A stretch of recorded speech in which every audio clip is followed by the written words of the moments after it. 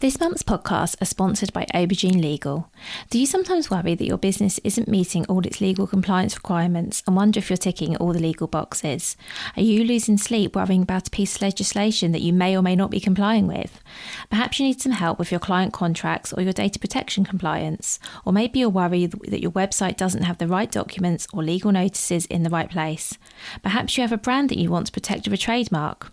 How about if you could outsource it all and eliminate all of your worries? If so, then get in touch with Aubergine Legal, a friendly commercial legal consultancy offering practical and clear commercial legal advice without the overwhelming legal jargon, taking the worry away and helping you to protect your business and minimise your risks.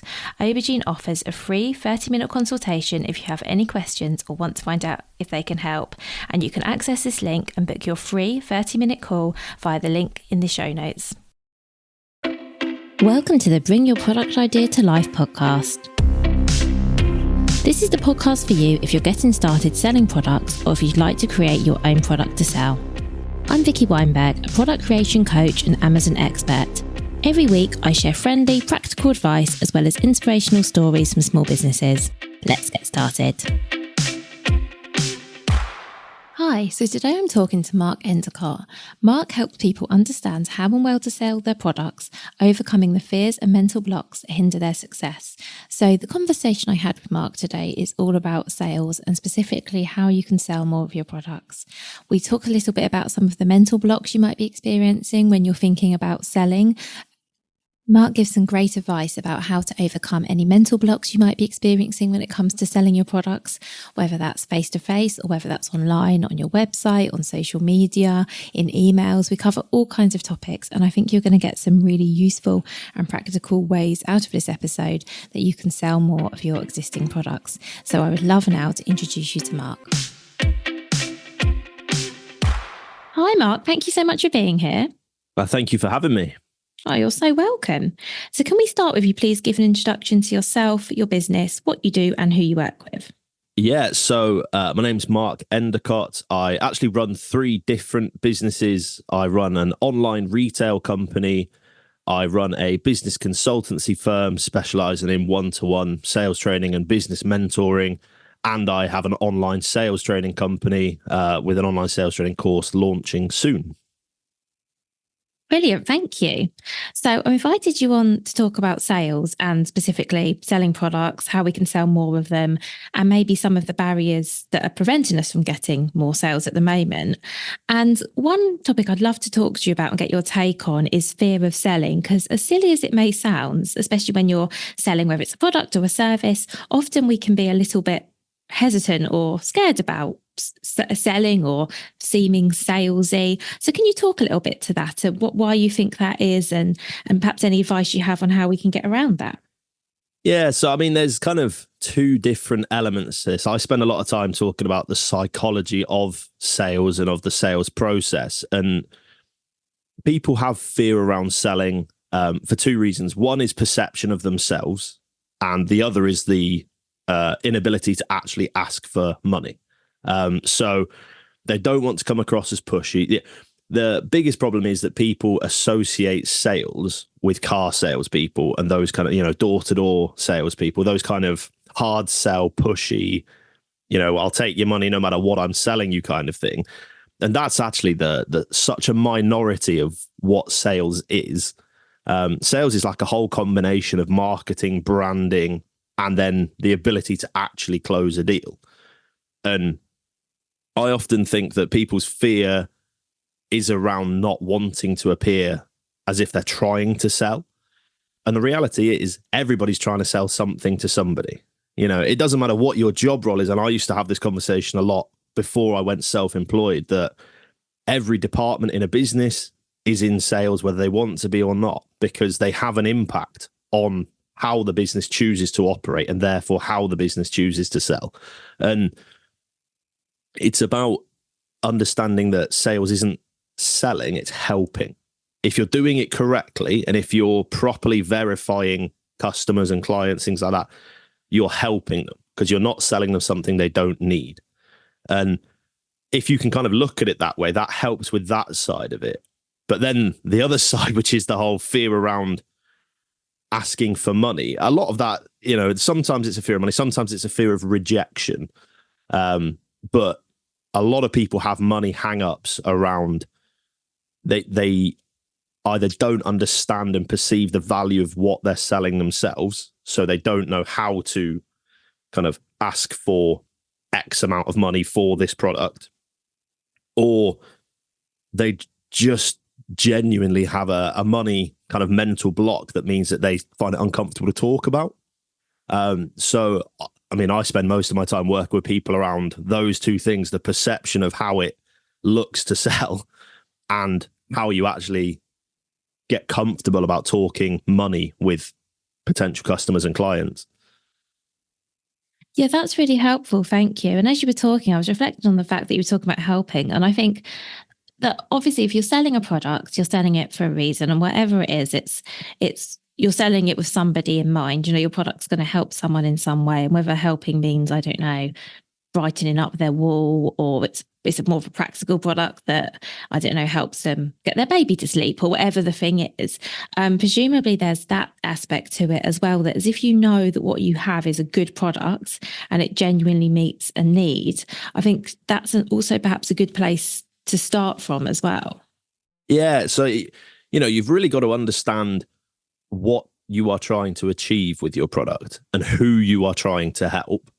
And that, like, for example, if you think about the number of times you'll see an advert on social media for something that isn't relevant to you, and you find yourself thinking, who set these adverts up? Who do they think they're targeting with this product? And it's interesting that the same thing happens when you are physically talking to somebody trying to sell them a product. You need to verify if they actually have a requirement for your product before you ever sell them anything. And I see so many people, I work with a lot of sales teams, and the salespeople think that everybody's their potential client. They could sell to anybody. And actually, within the first 5 minutes of a conversation, you should be able to determine if you can help that person. Not sell to them, help them. And that's how you build the relationship. If you can help them with product that you have within your arsenal of options, then that's great. You can then proceed down a sales process and try and explain to them how you can help them. But if you haven't, within the first 5 minutes, understood whether you can help them or not, you really aren't doing the right things. You're not asking the right questions. You're not understanding your role in a sales process. Thank you. And I guess that's really helpful when you're selling, I don't know if it's a trade show or in a shop, and you're seeing your customers face to face. But how can we apply that when we're selling online, for example, or when we're doing social media posts about our products? Yeah. So when you're selling online, it's slightly different, but you still need to understand that you want for example, let's take a website page with a product description and photos and all that. That needs to very quickly highlight who it helps, how it helps, and what it does exactly in that order. So, if you put a social media post out, so say you were talking example about trying to get a baby to sleep, product help with getting baby to sleep.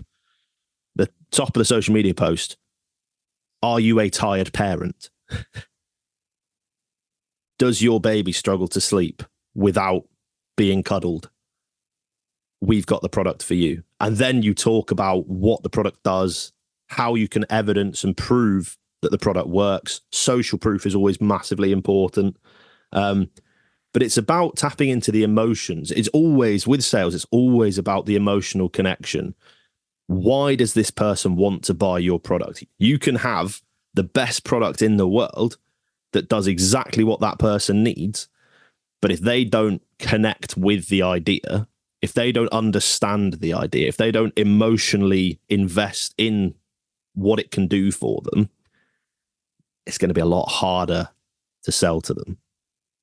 That makes a lot of sense. And I think also by taking that approach, you're also kind of getting the attention of the people who might be your customers. So in your example, tired parents, but anyone else, if you're not a tired parent, you'll probably just scroll right past that post because it's not for you. So I guess there's something in sort of knowing who you're targeting as well, because there is that saying, isn't there, that if you're selling to everybody, you're selling to nobody.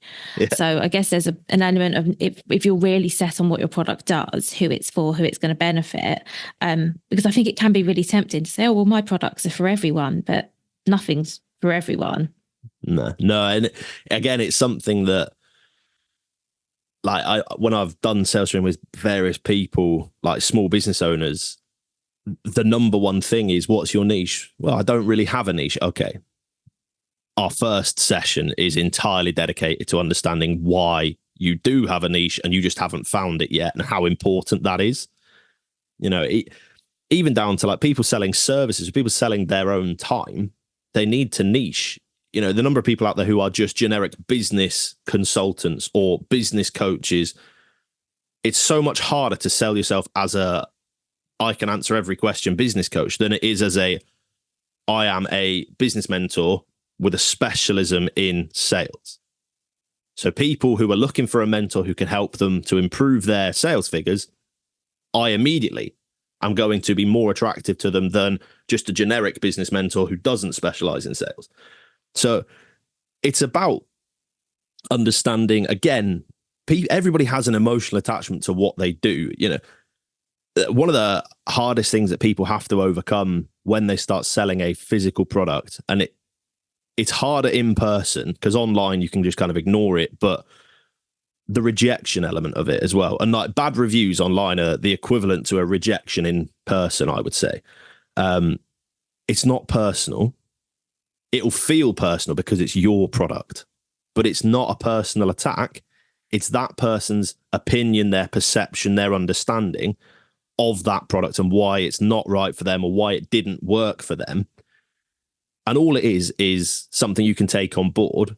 And, you know, it might be that your website page description sold it to that person when it wasn't right for that person. Go back and look at your wording. Why did that person leave a 1-star review saying it didn't do what it should have done when actually it wasn't designed to do what they wanted? If they've bought it thinking it will, you need to reword your description so that it highlights that it doesn't do that thing. Otherwise, you're just going to continue to have disappointment. That's really helpful. So that's another really good takeaway, actually, about being really clear about what your product is and what it does, and possibly what it doesn't do as well.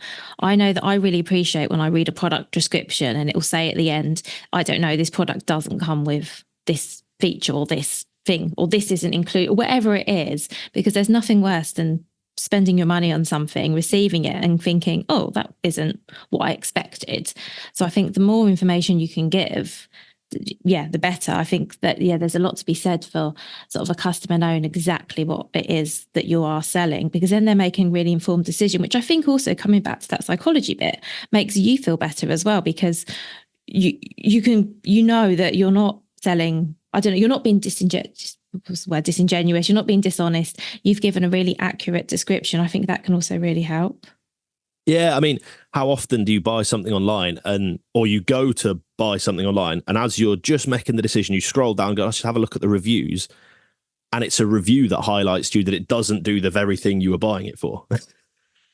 Everything about the product description and the photos implies, oh yeah, that's perfect. That's exactly what I've been looking for. And then you get down to the reviews and one review says, it doesn't do this. And you go, I won't buy that then, because that is exactly what I wanted it for. And you would have fallen into the same trap as the person who left that review.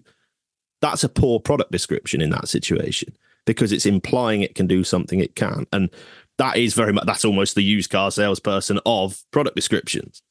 And it's about, yes, it's important to get sales, but it's getting the right sales and getting sales for the right reasons. That's really what's key.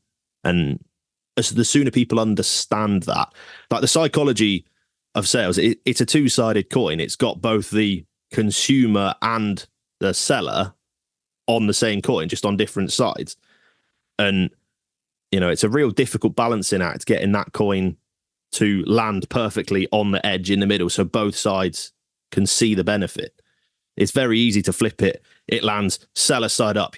Your psychology is great. You think you're doing well, but actually the consumer isn't getting the best deal, or the other way around. You're not getting the best deal.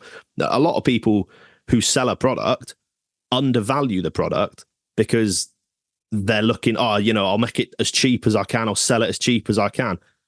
And then, 2 years down the line, they're going out of business because they actually undervalued their product. They never made enough money from that product, even though it was fantastic. It's about having a balance between consumer need and seller need. That's true. And you made some really good points there, Mark. And actually something I think worth just considering is as you just rightly said, that it's not just about selling your products. You also want to hopefully get decent reviews for your products, because if, it doesn't matter how many people are buying it if they don't like it. And also you don't want people buying your product and then returning it because they're not happy with it. And so that's the other side of that as well, isn't it? That it's not just about getting sales. I think as you're saying, it's about getting the right sales. Yeah, 100%. Yeah. Thank you. So I would love to talk a little bit now about any sort of you've given us plenty already, Mark, but any other tactics or tips you have that small product businesses can start to implement now that will hopefully make a difference to their sales? Yeah, so as we've covered a few different elements of it, but for me, it's about really nailing down what your product is designed to do. So a lot of people end up in small business because they have an idea. They go, oh, this is needed in the world. I can do this. Some people just see something wholesale and think I can make a few quid selling that. What I'm going to say isn't really for those people. This is more for people who it's their product. Understand that your product isn't for everybody, first and foremost. And that's okay. There is nothing wrong with the fact that your product isn't for everybody, but it's important that you know who it is for. And as soon as you understand who your product is for, you'll be able to change the way you sell it. And it might be that, I work with some people who they think online retail is the best place by far to sell their product, but it's a product that's really hard to demonstrate what it does online. And I've actually worked with a couple of people who've changed from being retailer to being wholesalers, and their sales have taken off as a result, because actually what they needed was the product in physical shops. So people could get hands-on with that product. They could see what it did. And as soon as people saw what it did, they bought it, because it was kind of pretty revolutionary in the industry it was in.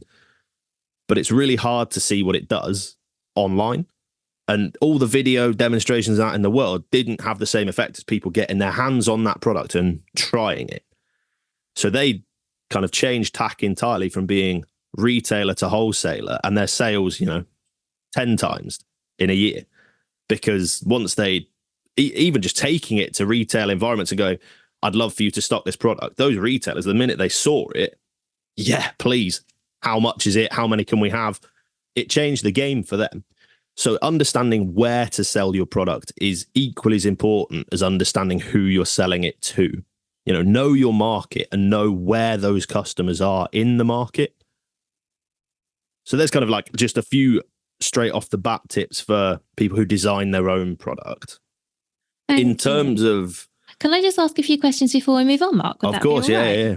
So what about for the person listening who says, well, I don't know, I sell... I'm trying to think of something that's sort of not... Say something, I don't know, let's say earrings as an example, because there's so many earrings in the world.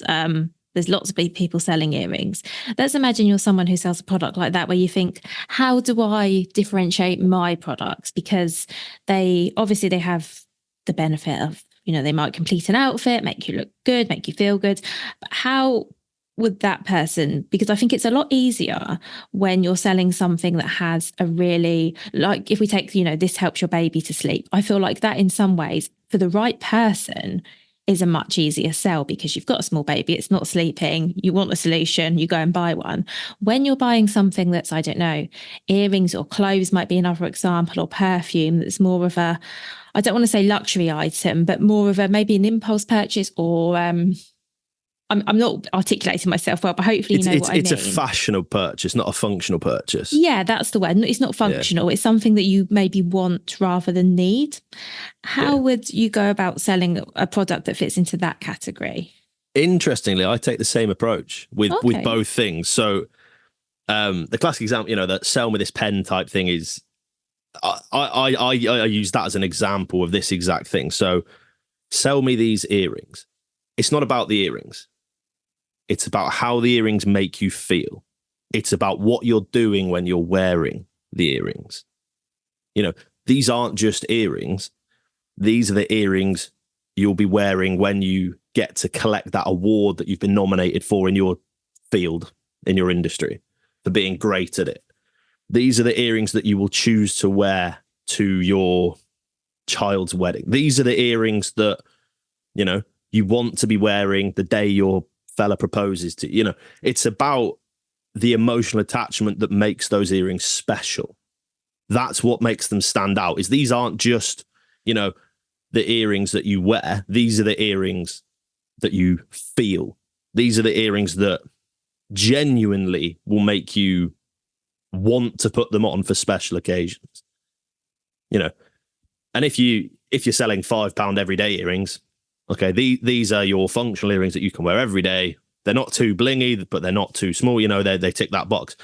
But if you're talking about high end, like more luxury earrings that are an expense product that needs selling, not just like an impulse purchase, you know, if you're talking like £150 earrings type thing, it's about the situation in which you will wear them. That's what you sell them on. That's useful. Thank you. And also, sorry to ask questions, but actually, I'm here to ask questions. How does brand fit into the sales piece as well? Because that's something else I think is worth thinking about. So, as I said, if we stick with the earrings examples, and especially if we look at, say, the mid-range price points, not the really cheap, not the £150, but kind of the mid-range, there are lots of businesses in that space, and as there are lots of businesses in lots of spaces. So how can you use your brand to support you in the sales process? Because I think for some businesses, that is what differentiates them from the other products on the market. You know, you could perhaps buy a pair of silver hoop earrings from various places. So it might be that actually it's not so much the product that you're selling, but it's maybe the brand or the ethos, what they stand for. How does that all tie in? So, weirdly, the exact same way. You know, the classic, this is not just a pie, this is an M&S pie. If you take that mindset and apply it to your brand, you know, this is not just sales training. This is Endacott Associates sales training. It's about how you elevate your brand and all of your marketing and all of your approach. If that's kind of where you sit, if you sit in the mid-range of the market, all of your branding should imply that you are at the higher end of the market. You should be, and you want to be a semi-aspirational brand. You know, in this day and age, a day of social media where Instagram is king, it's so important for people to be seen to be wearing the right thing. And, you know, it's about, if you were selling earrings as an example, it's about, again, even for the mid-range, what those earrings represent. And that's where your brand is massive. You know, you want your brand to become a desirable brand. You want your brand to be something people are happy to talk about. So when somebody says, oh, they're nice earrings, where'd you get them? You say, oh, I got them from Ears & Co. Or whatever the company's called. You know, I got them from Ears & Co. They do absolutely great work. You should see what they do. They've got a charitable element so that £1 from every pair goes to charity, whatever it be. Do things that differentiate your brand and elevate your brand so that when people talk about the earrings, they talk about the brand more than the product. That's the kind of the key. And that's what the high-end companies are really good at. So they make you talk about the brand, not the, you know, oh, that's a nice dress. Where'd you get that dress? Oh, it's Chanel. Did you see that they also brought out some great bags? And, you know, very quickly people move on from the very thing that they're wearing to talk about the other things that they have. That's what great brands do. And that's what you want to do. If you're a mid-tier brand, you want to have that kind of aspirational element that people almost want to brag that they're wearing you and then talk about that. So again, it's that emotional investment in the brand. So the emotional investment in the product comes from what you're doing when you're wearing those earrings. And then it's the emotional backup that you get from, and not only am I wearing them while I'm doing that, but I'm wearing Ears & Co. And that's what all of your branding and marketing and brand awareness should work around. That's useful, thank you. And I'm just reflecting again, I think it all again comes back to your customer, doesn't it? And knowing what's important to your customer. So for example, is your customer someone who's interested in sustainability? Do they want to shop with brands that give something back? And I think that I'm just reflecting that I think that also would really help to know, what's important to your customer. So those are the things that you talk about, because that can make the difference between them buying from you and buying somewhere else. Yeah, it's like, you've just got to think that if you're a mid-tier brand, you'll have people who buy your... So earrings, classic example, you'll have people who buy your earrings and wear them every day as a mid-tier brand, and their luxury item is the £150 earrings. But if you're like a £50 set of earrings, you will also have people who wear £5 earrings every day, and you are their luxury brand. Like, in their affordability scale, you are the top of their end. And you need to make them feel like that. That's what you have to remember. So you will hit both markets. So you will have people who wear yours as everyday, but you'll have people who yours are the special ones. And it's about how you appeal to both of them. So that's where like your marketing might be targeted slightly differently. And, you can talk about both elements of that. And that might be down to the designs. So you have your special occasion designs, and then you have your everyday designs. And the special occasion designs are the ones you're targeting at people who would normally buy £5 earrings. Your everyday designs are the people who would wear your £50 earrings every day. That makes sense. And that's actually really good. I think that's a really good advice as well, to think about this across your product range, so that especially if you have more than one product, which lots of businesses do, like it's okay if your different products are aimed at different customers, because I think we can fall into the trap of thinking that our customer is our customer, and it's the one customer we have in mind when we think about our whole product range. But of course, that very likely isn't the case for all of us. So that's actually a really good reminder. Thank you for that. I mean, you just got to think like people, Uni, the pizza oven company. So they sell massively expensive pizza ovens at the high end of their scale, but they also sell like a 20 quid pizza stone. So you can stick it in your normal oven and anybody can make a pizza that's better than it would normally be using the pizza stone.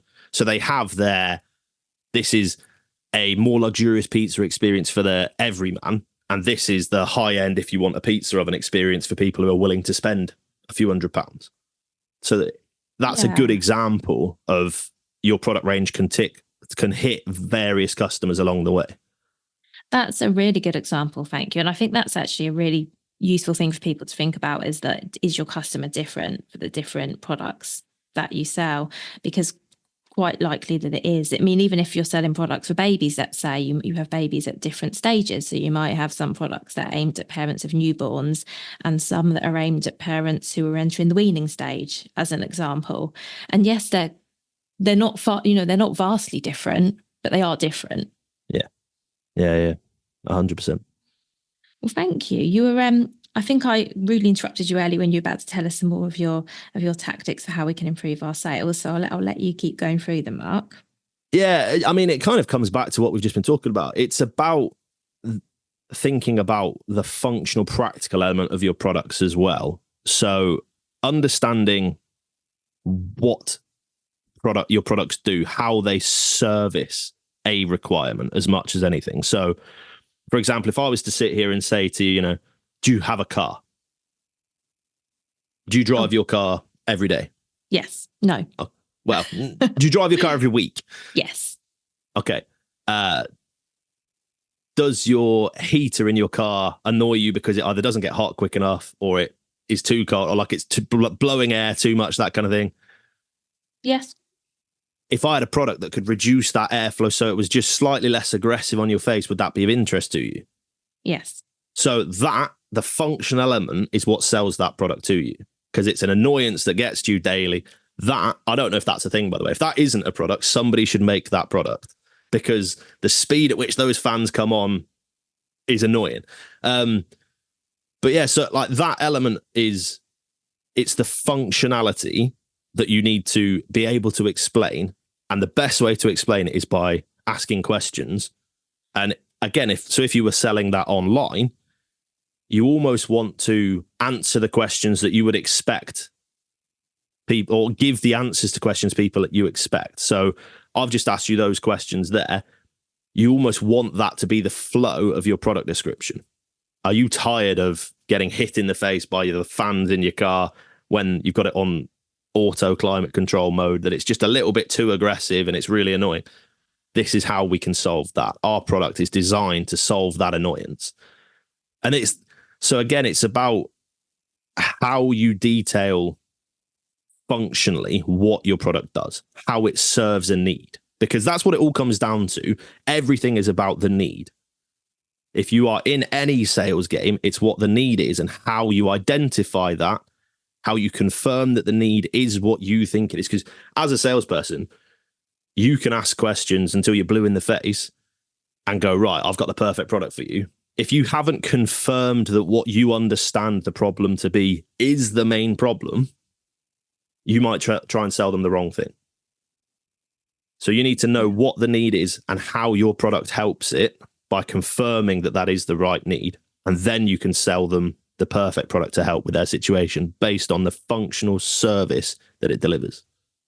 That's really helpful. Thank you. And I think I'll also add that I think there's also an element of being open to finding out that the need, perhaps basically being open to feedback is what I'm trying to say. Because I've worked with businesses before who've said to me, oh, I really thought that I designed my product for this reason, but actually this group of people are buying it for this reason. And it wasn't quite, what they expect. The customer wasn't quite expected, how the product's being used wasn't quite how they expected.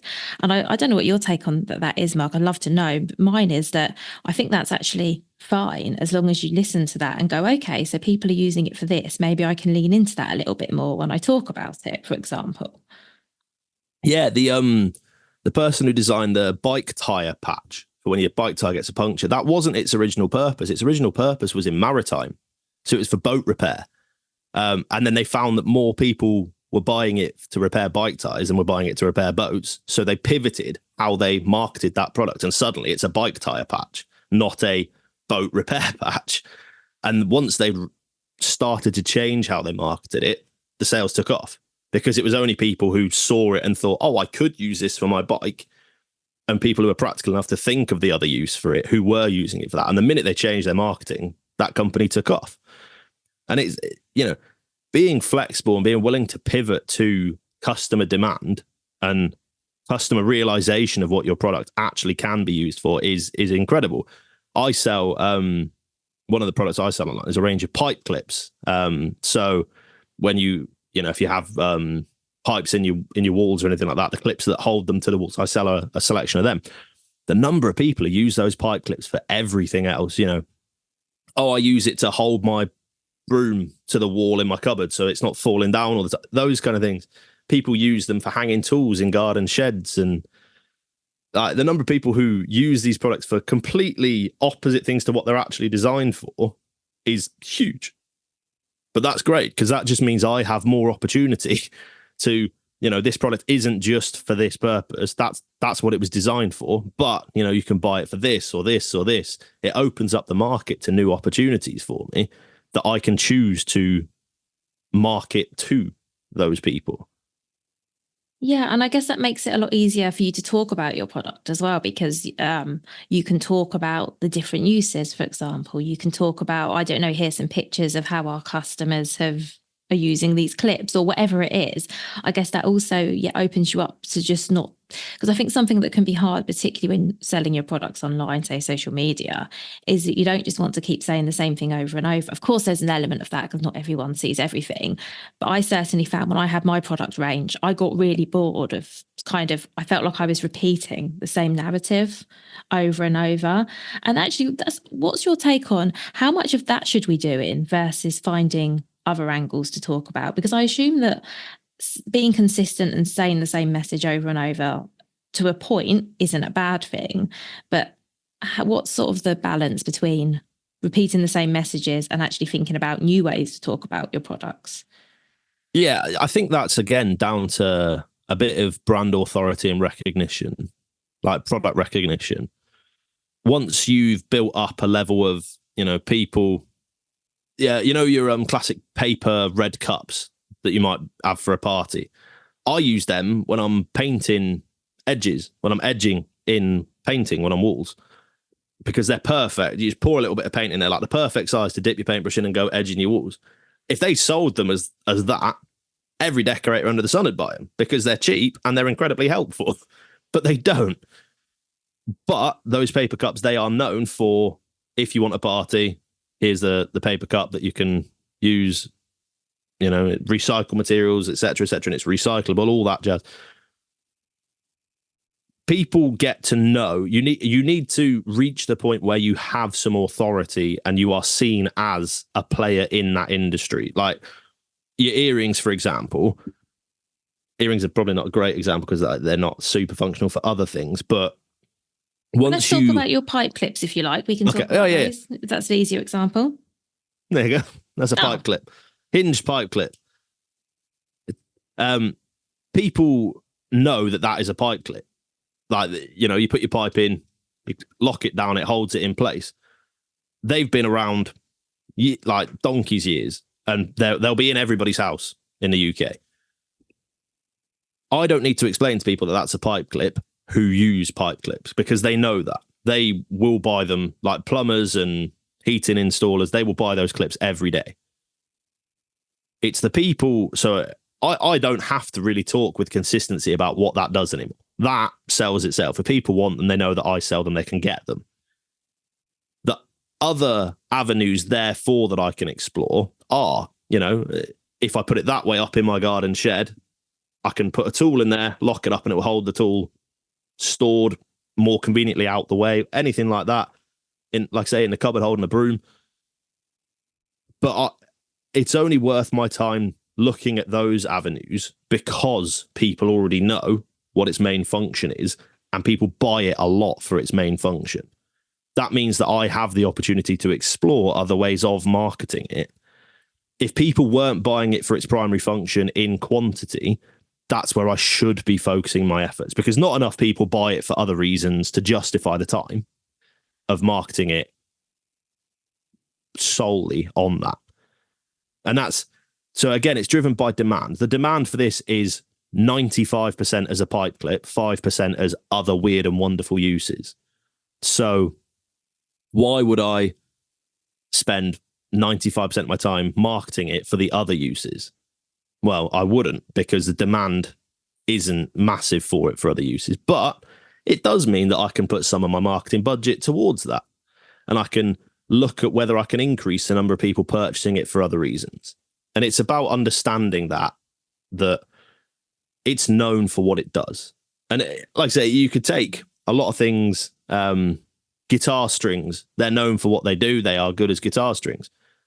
I have seen people use them on strimmers. So when they're out strimming their grass, you can use a guitar. If you run out of plastic for your strimmer head, but you happen to have a guitar string knocking about, you can use a guitar string as a strimmer attachment. Same thing with cable ties. People do that with cable ties. They use them as strimmer attachments. It's understanding that there might be other uses for a product, but knowing whether it's worth marketing it for that use or not, or whether it's just an incidental use that some people might buy it for that. And that's kind of down to you to determine for your product whether it's worth the time and effort marketing it for the other use or not.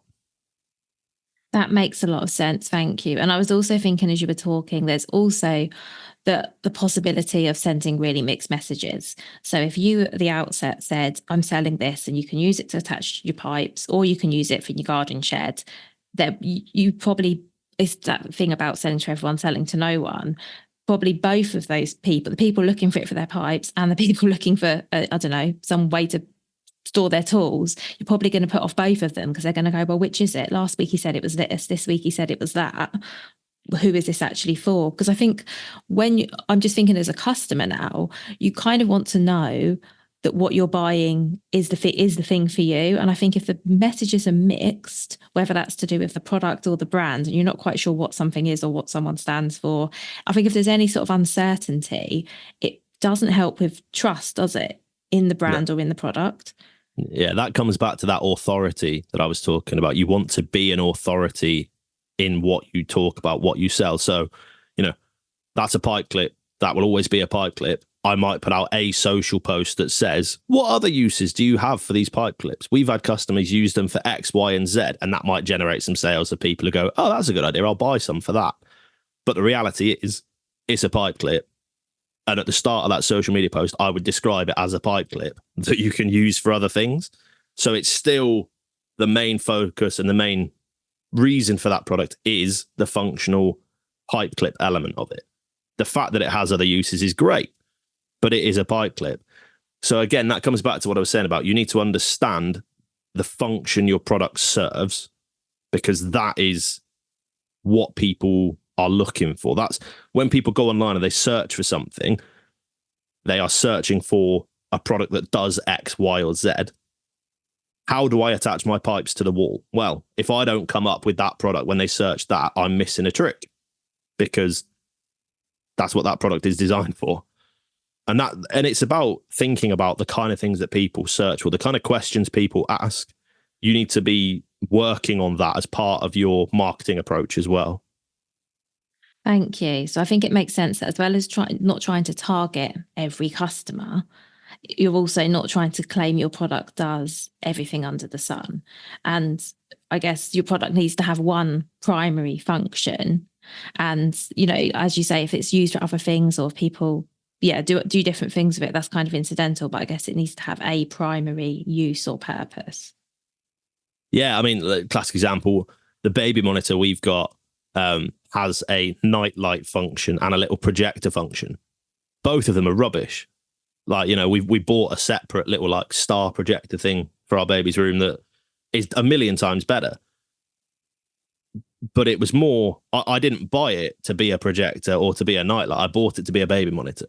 The extra things that came with it, okay, well, we'll give them a try. When they were rubbish, I bought a product that was designed for that purpose. First and foremost, that product is designed to be a baby monitor. And presumably you saw enough reviews and evidence that it worked really well as a baby monitor. Yeah, and that's exactly what sold it to me. Was all the reviews said it's a fantastic baby monitor. Not a single review mentioned any of the additional functionality of it. But every review said it's a fantastic baby monitor. So that's why we bought it. And like I say, the fact that they decided to throw in 3 or 4 additional features to the product, none of which are particularly good, doesn't matter, because that isn't why I bought it. And there are other products that serve that purpose. So again, it's important to remember that as well. If you have a product that has its main function and you think, oh, but I could also have it do this and this and this. Yeah, great. Put those additional features and functions into your product, but don't lose sight of what its main function is, and don't drop the quality of the main function to include extras in the price. You want to be the best at what the main function is, not average at the main function, but with some fancy features. I'd actually go as far to say, for that particular product, I think I'd actually go as far to say as I would possibly, if that was my product, remove the extra features, because it sounds like they're not being used and they're not necessary. Presumably it's more costly to have them. I'd even go as far to say as I would consider whether it was worth even having them, but that's probably, and do they devalue the product on the basis of, you think, well, is it really that good if all these extra features are kind of poor? Like, how good is it as a baby? But thankfully it's a really good baby monitor. It's just the extras aren't, like, they felt like afterthoughts, and that's how it comes across. That's really interesting. So what I'm taking from you here is I think clarity is really key about your product, your customer, your brand, and just being really clear on who you are, what your product is, what it does, who it's for, and just having total clarity. Because I think that clarity will also give you the confidence, coming back to what we were talking about right at the beginning, to actually sell your product. Yeah, and like I said, there's a big difference between selling online and selling in person. Selling in person is where the fear is. Actually having a physical conversation with somebody to talk about selling a product. That's where people get scared around rejection, around fumbling their words, around the money element. That's something I work on with people every day. Selling online is much more about how you describe your product accurately and how you market to your niche. That's where, because you can have a conversation with somebody that looks like your ideal client on paper, and through that conversation, you have to verify if they are or not. Online, you don't get that luxury. Your website has to be able to do that for you. So that's where, people that use things like Chat GPT to write product descriptions. Okay, it's a great tool to use for a start point. But honestly, if you're not editing it to smithereens, like if you're not good at starting with a blank piece of paper and writing a product description, it's a good thing to help you get a start. But if you're not editing it and turning it into a sales process of a product description, you're not really using your product description correctly. So absolutely. Yeah, it's just, in this day and age, it's so easy to pick out lazily written product descriptions that have just used, an AI tool versus people who understand their market, understand their niche, understand what function their product serves and how they can put that across. Yeah, interestingly enough, I recorded an episode about AI yesterday, which I think will be out ahead of this one, which we were talking about exactly that, how AI is a starting point, but it's not the total solution. And I think, again, you've worded it really well there, that if you know all of these things that we've spoken about and you've got that clarity, it makes it a lot easier to sell your products, whether it's online or on social media. And I do think still, by the way, there is still some fear of selling, even if you sell online, because I know plenty of businesses who don't want to do posts selling their products, don't want to email their lists about their products because of that fear of selling. But I'm assuming that you would say that all of the advice you've given about selling face-to-face still applies, in that if you know your customer, you know what your product does, you know how it would help them or benefit them, there's still a lot to be said for doing that. Yeah, I mean, with a lot of people, it's set yourself a goal. This is the way that I always say it. So if you're just absolutely terrified of writing an email marketing campaign and actually, I'm scared that I'll come across too salesy, too pushy, set yourself a goal and just go, right, firstly, the goal is start, send one, but have a goal of you're going to send 10. Because as you send one, and then, a fortnight later, you send another one, fortnight later, you send another one, they'll get easier to write, you'll get better at them, but you'll also start to see that people don't care.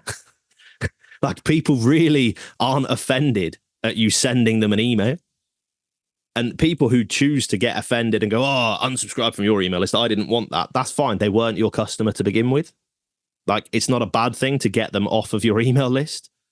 So just start and have a goal of doing 10, whether it's social posts, whether it's emails, just have a goal that you will do 10. Because by the time you get to 10, you'll start to see the benefit of doing it. You might get some extra sales. You'll certainly get some feedback, and it will encourage you to continue doing so. And that fear will start to dissipate. That's really helpful. And I mean, something else I would say as well is that it can be scary to think about sending emails, selling your products or post on social media. But I'm sure that all of us have brought something. I certainly have. I've brought something from an email that's landed in my inbox. I've brought things that I've seen advertised on social media more than once. So I think we have to remember that we're customers too, and we shop that way. So there's no reason to think that other people don't.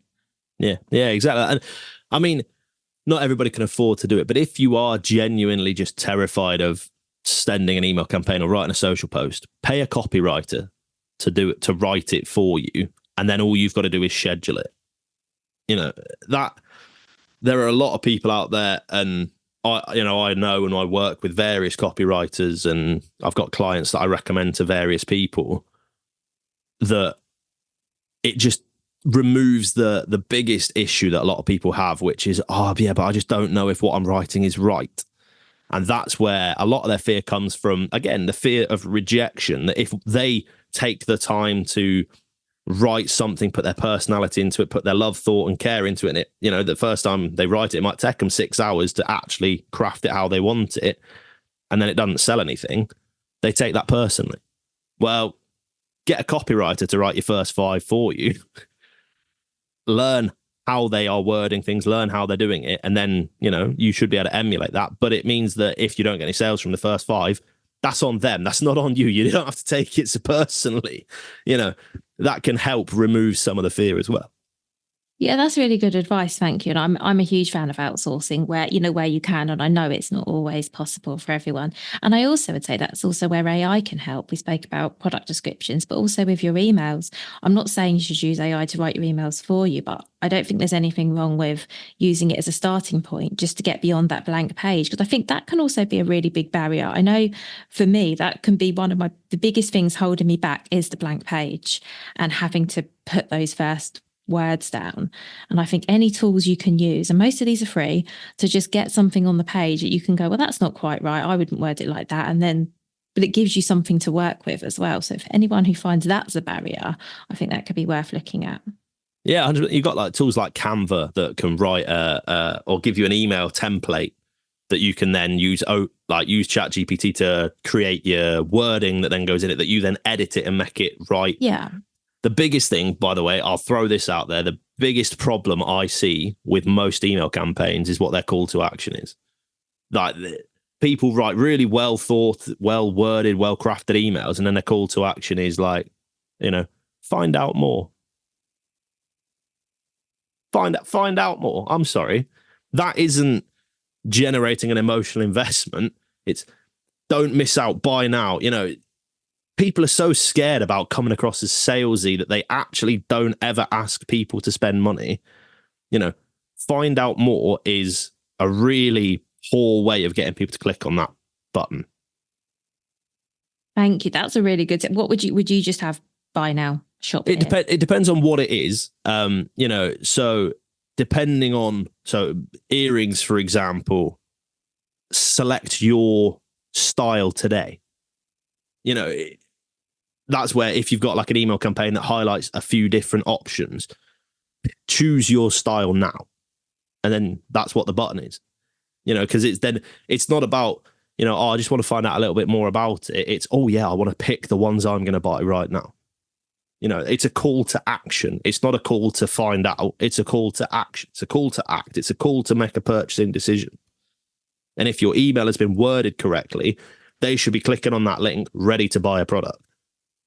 That's really helpful. Thank you. So I think stronger wording on your call to action buttons is really key. And I think at the minimum, shop now, buy now. But I like your idea of just saying something a bit more creative, but just compels them to, like you say, take action. So, okay, so no, find out more. Yeah, get the emotional investment back into it. So like, find out more. If that's what your call to action button says in your email hasn't told me enough. Like, what was the point of your email if I have to click a button to find out more information? What, your email didn't tell me enough. So, if find out more is what your button says, you really need to work on your email game, because it's just not doing it. That's really helpful. Thank you.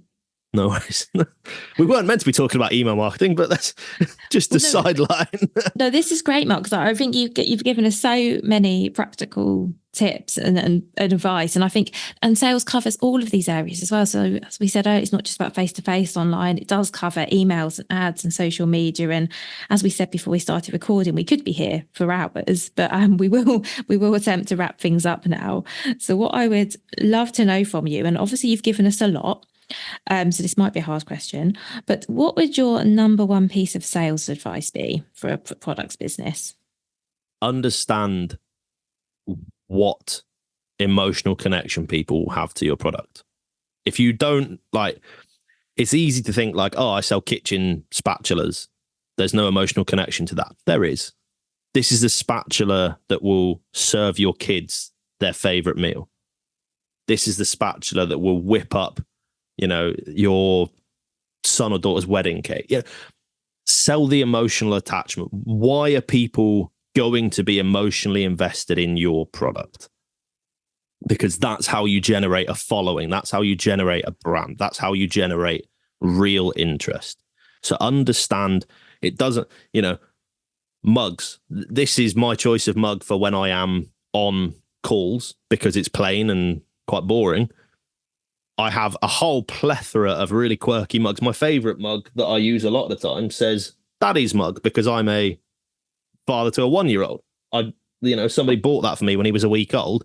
It's my favorite mug, because one of my favorite facts about myself is that I am now a dad. So the emotional attachment I have to that mug is tenfold to my boring plain mugs that I use for things like podcasting. So even mugs can have an emotional attachment, an emotional connection. So whatever your product is, it will have one, no matter what you think. And if you can't think of it, work with somebody who can help you identify what that emotional attachment is. That's super helpful. Thank you. And I really like the fact as well as teaching us about the emotional connection to your mug, you also shared that, the other mug, the one you called the boring one, also has a purpose, has been really plain and great for when you're on calls. So it still has a purpose. So that's a really good example. Thank you. This mug's emotional attachment to me is to the point my wife has wanted to throw them out 5 times. And I've said no, because I've, landed a lot of big clients holding this mug. It is important to me. Well, thank you so much for everything that you've shared today, Mark. We're going to have links in the show notes to your website and to everywhere people can find you. And yeah, thank you so much. No worries. Thank you, Vicky. Thank you so much for listening right to the end of this episode. Do remember that you can get the full back catalogue and lots of free resources on my website, vickyweinberg.com. Please do remember to rate and review this episode if you've enjoyed it, and also share it with a friend who you think might find it useful. Thank you again, and see you next week.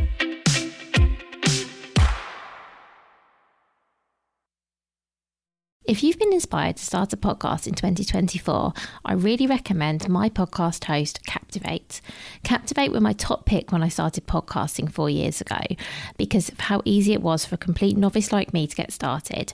I've stuck with them for the last 4 years because Captivate is still really simple to use. They keep adding great new features like the ability to share ads like these, and they've just been really reliable. So when you're ready to start your own podcast, you can use the link in the show notes and get a free 7-day trial with Captivate.